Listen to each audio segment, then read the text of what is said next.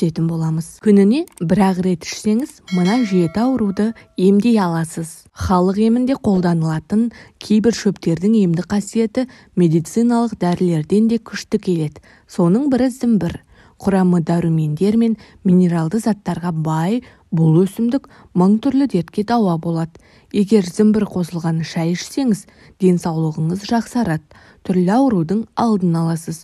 Өзіңізді сергек әрі қуатты сезінесіз. Зімбір иммунитетті көтереді, бас ауруын қойдырады, етеккір келген кездегі ауырлықты басады, асқазан ішек жолдарының жұмысын реттейді, жүрек-қан тамыр ауруларының алдын алады. Бұдан бөлек басқа да ауруларға шипа болатын қасиетке ие. Нақтырақ айтқанда, қант диабеті. Зімбірдің құрамындағы белсенді заттар қандағы инсулиннің деңгейін реттейді.